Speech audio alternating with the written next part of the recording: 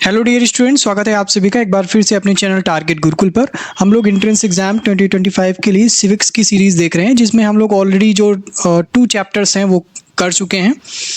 हम लोग cold war के बारे में बात कर चुके हैं और कोल्ड वॉर जिनके बीच हुआ था उनमें से एक जो इम्पॉर्टेंट कंट्री थी जो कि यूएसएसआर थी, उसका यहाँ पर डिसइंटीग्रेशन भी हो चुका है। वो हम लोगों ने दूसरे चैप्टर में ऑलरेडी पढ़ लिया है। लेकिन उससे पहले अगर आप लोगों ने टारगेट गुरुकुल यूट्यूब चैनल अभी सब्सक्राइब नहीं किया है, सब्सक्राइब कर लीजिए, बेल आइकन को हिट कर लीजिए ताकि कोई भी नोटिफिकेशन आपकी यूनिवर्सिटी या कॉलेज से रिलेटेड मिस ना हो सके। और साथ ही साथ जो टारगेट गुरुकुल का जो मोबाइल ऐप है, आप लोग उसे भी ज़रूर से ज़रूर डाउनलोड कर लीजिए। क्लासेस वहाँ पर भी अवेलेबल आपकी हैं, ठीक है, और जा करके अपने कोर्सेज को विजिट कीजिए। चलिए, अब जो हमारा थर्ड चैप्टर है वह है समकालीन विश्व में अमेरिकी वर्चस्व। अब देखिए क्या हुआ कि कोल्ड वॉर हुआ था। कोल्ड वॉर 2 कंट्रीज के बीच हुआ था, एक था यूएसए और एक था आपका ये यूएसएसआर। अब जब एक कंट्री, एक कह लो कि महादेश, हम कह सकते हैं महादेश का जब एक अंत हो गया तो अब एक महादेश कौन सा बचा, वो था यूएसए, अमेरिका, ठीक है। तो अब स्वाभाविक है कि अगर 2 भाइयों को लेकर के कोई भी प्रकार का जमीन विवाद चल रहा है और एक भाई अगर ना रहे, ठीक है, तो क्या होगा कि पूरा वर्चस्व उस दूसरे भाई का हो जाएगा। अब उसकी ही चलेगी घर में, क्योंकि वही एक मुखिया बचा है। तो अब जब कोई अपोजिशन में ही नहीं है तो जो है फिर वही है, यानी कि अमेरिका ही है। तो इस वजह से वर्चस्व कहते हैं, नहीं भाई, इसका बड़ा वर्चस्व है, इस देश का बड़ा वर्चस्व है, इस आदमी का बड़ा वर्चस्व है हर जगह, ठीक है।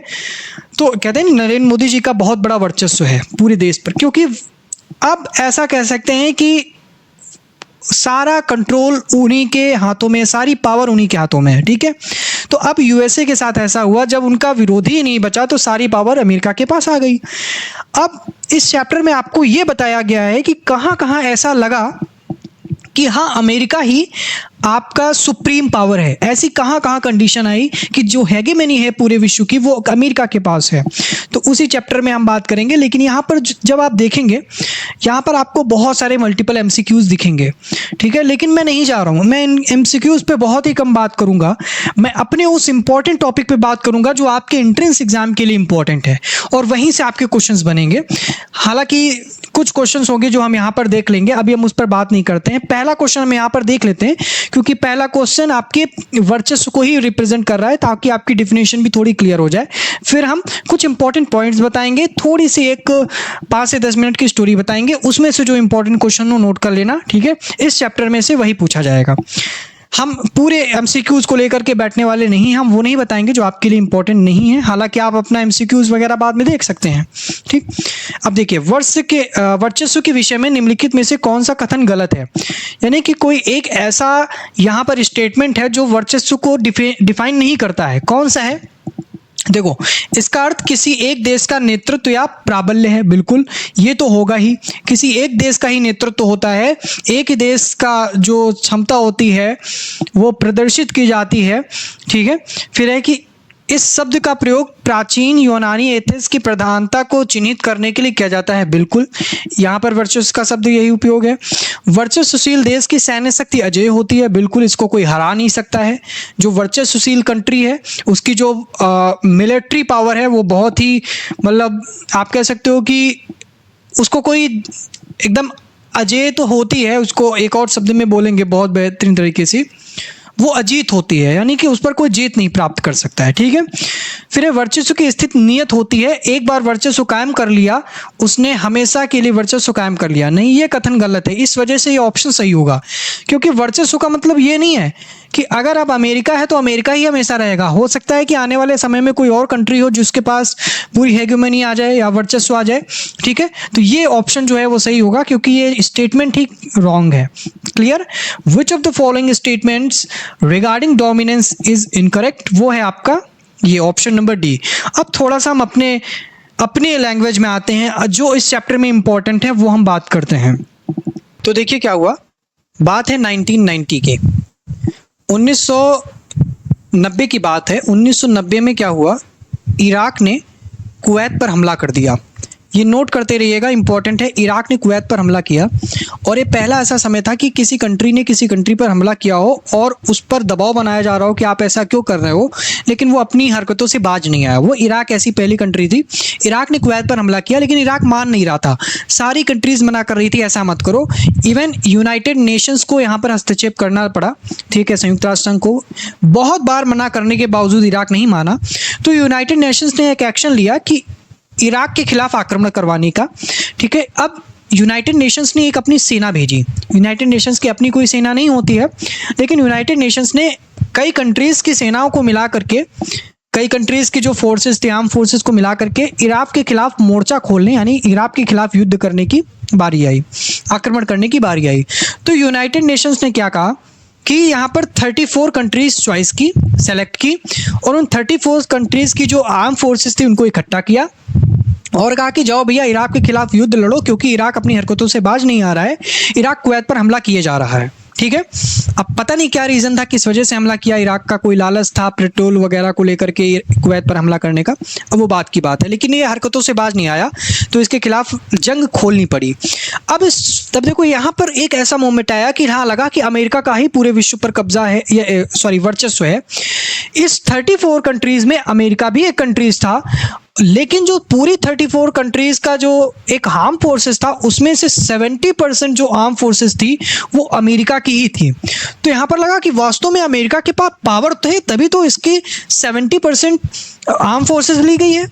क्योंकि कहते हैं ना कि भाई किसी के साथ भेदभाव नहीं होना चाहिए। अगर 34 कंट्रीज ली हैं तो सबसे थोड़ी थोड़ी यहाँ पर संख्या में आर्म फोर्सेस लेकर के एक बैलेंस बना करके पूरी अपनी 100% कर लेते। नहीं, 70% अमेरिका की और बाकी की जो 33% आर्म फोर्सेस थी वो, सॉरी, बाकी की जो 30% फोर्सेस आर्म फोर्सेस थी वो रेस्ट ऑफ द 33 कंट्रीज से आई।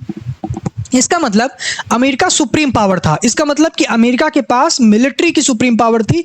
तो इस घटना ने ये चीज़ दिखा दी कि अमेरिका के पास यहाँ पर मिलिट्री की सुप्रीम पावर है। हर चीज़ एक चीज़ को रिप्रेजेंट करती है कि वो सुप्रीम पावर किस चीज़ में है। अमेरिका की 70% यहाँ पर आर्मी ली गई, इसका मतलब अमेरिका मिलिट्री में यहाँ पर वर्चस्व रखता है, आर्म फोर्सेज में यहाँ पर वर्चस्व रखता है। क्लियर हुआ? तो ये पहली कंडीशन थी, ठीक है। अब ये जो वॉर था, ये इराक के खिलाफ जो वॉर किया गया था यूनाइटेड नेशंस के संरक्षण में, ये इस वॉर को कहा गया प्रथम खाड़ी युद्ध। नोट कर लेना, प्रथम खाड़ी युद्ध। इसको यूनाइटेड नेशंस ने एक नाम दिया, वो था ऑपरेशन डेजर्ट स्टॉर्म। नोट कर लेना, ओडीएस इसको कहते हैं, ऑपरेशन डेजर्ट स्टॉर्म। मैं लिख नहीं रहा हूं, शॉर्ट फॉर्म है ऑपरेशन डेजर्ट स्टॉर्म, ठीक है। इसको प्रथम खाड़ी युद्ध भी कहा जाता है। अब ये बहुत इंपॉर्टेंट है कि प्रथम खाड़ी युद्ध कब लड़ा गया, तो 1990 में, ठीक है, 1990 में। अब एक इंपॉर्टेंट चीज, इस समय अमेरिका के राष्ट्रपति कौन थे? वो थे जॉर्ज बुश। जॉर्ज बुश उस समय अमेरिका के राष्ट्रपति थे। तो तीन चीजें आपको याद रखनी है कि जो युद्ध लड़ा गया वो 3-4 चीजें, कि वो उसका नाम क्या था, उस युद्ध को क्या नाम दिया गया, उस समय अमेरिका के राष्ट्रपति कौन थे, वो कब लड़ा गया, और उसका उद्देश्य क्या था, पर्पस क्या था। मोस्टली क्वेश्चंस आपके यहीं से बनेंगे। तो ये तो पहला जो ऑपरेशन डेजर्ट स्टॉर्म है, प्रथम खाड़ी युद्ध है, ये यहाँ पर जॉर्ज बुश अमेरिका के राष्ट्रपति थे उस समय, 1990 में इराक के खिलाफ लड़ा गया। ये भी आपको यहाँ पर याद रखना है। क्लियर है? अब इसके बाद 1998 की बात है, 1998 में एक और घटना होती है जिसने सिद्ध कर दिया कि अमेरिका का वर्चस्व है। उस समय अमेरिका के राष्ट्रपति थे क्लिंटन, ठीक है। अब यहाँ पर क्या हुआ कि कोई 2 क्षेत्र थे जिनका नाम था केन्या और तेंजानिया। इन 2 क्षेत्रों पर जो दूतावास स्थित थे वहाँ पर आक्रमण हो जाता है, दूतावासों पर, और उसका जिम्मेदार ठहराया जाता है अलकायदा को, जो कि एक आतंकवादी संगठन है, ठीक है, अलकायदा को। इस समय देश के राष्ट्रपति क्लिंटन थे। अब यहाँ पर क्या हुआ कि हमला कर दिया गया। अब इस हमले के जवाब में क्लिंटन ने अलकायदा पर भी हमला किया, क्योंकि अलकायदा को इसका जिम्मेदार माना गया था, और उसका यहाँ पर नाम दिया ऑपरेशन इनफिनाइट रीच, यानी कि अलकायदा ने जो हमला किया था अमेरिका के दूतावासों पर, उसके जवाब में क्लिंटन ने जो आक्रमण किया अलकायदा पर, वो ऑपरेशन इनफिनाइट रीच के नाम से यहाँ पर जाना जाता है। तो दो युद्ध, एक प्रथम खाड़ी युद्ध जिसको कि ऑपरेशन डेजर्ट स्टॉर्म कहते हैं, और दूसरा जो कि 1998 में हुआ था ऑपरेशन इनफिनाइट रीच, जो कि अलकायदा के खिलाफ चलाया गया था आक्रमण। ठीक है, इन दोनों का नाम आपको अच्छे से यहाँ पर याद रखना है, और राष्ट्रपति कौन थे ये भी आपको यहाँ पर याद रखना है। क्लियर है? अब बढ़ते हैं आगे। इनफिनाइट की रीच के जवाब में अलकायदा ने यहाँ पर अमेरिका पर आक्रमण किया, जो कि था 11 सितंबर 2001 को। इसको यहाँ पर 9/11 की घटना भी कहा जाता है। आप लोगों को याद होगा 9/11 की घटना। यहाँ पर क्या हुआ कि 4 एरोप्लेन पर यहाँ पर कब्जा कर लिया गया, हाईजैक कर लिया गया उनको, ठीक है, अमेरिका के, और वो चारों कहीं ना कहीं किसी बिल्डिंग से टकरा दिए गए। तो ये एक बहुत बड़ा हमला था 9/11, जिसमें पेंटागन की जो बिल्डिंग थी, व्हाइट हाउस को भी टारगेट किया जा रहा था, व्हाइट हाउस को, पेंटागन की बिल्डिंग पे यहाँ पर आक्रमण कर दिया गया। तो ऐसे में क्या था, अब यहाँ पर जो राष्ट्रपति थे वो थे जॉर्ज डब्ल्यू बुश। ठीक है, जॉर्ज डब्ल्यू बुश उस समय अमेरिका के राष्ट्रपति थे। अब इसके जवाब में अमेरिका के राष्ट्रपति ने इसके जवाब में अलकायदा पर हमला किया, और उसको कहते हैं ऑपरेशन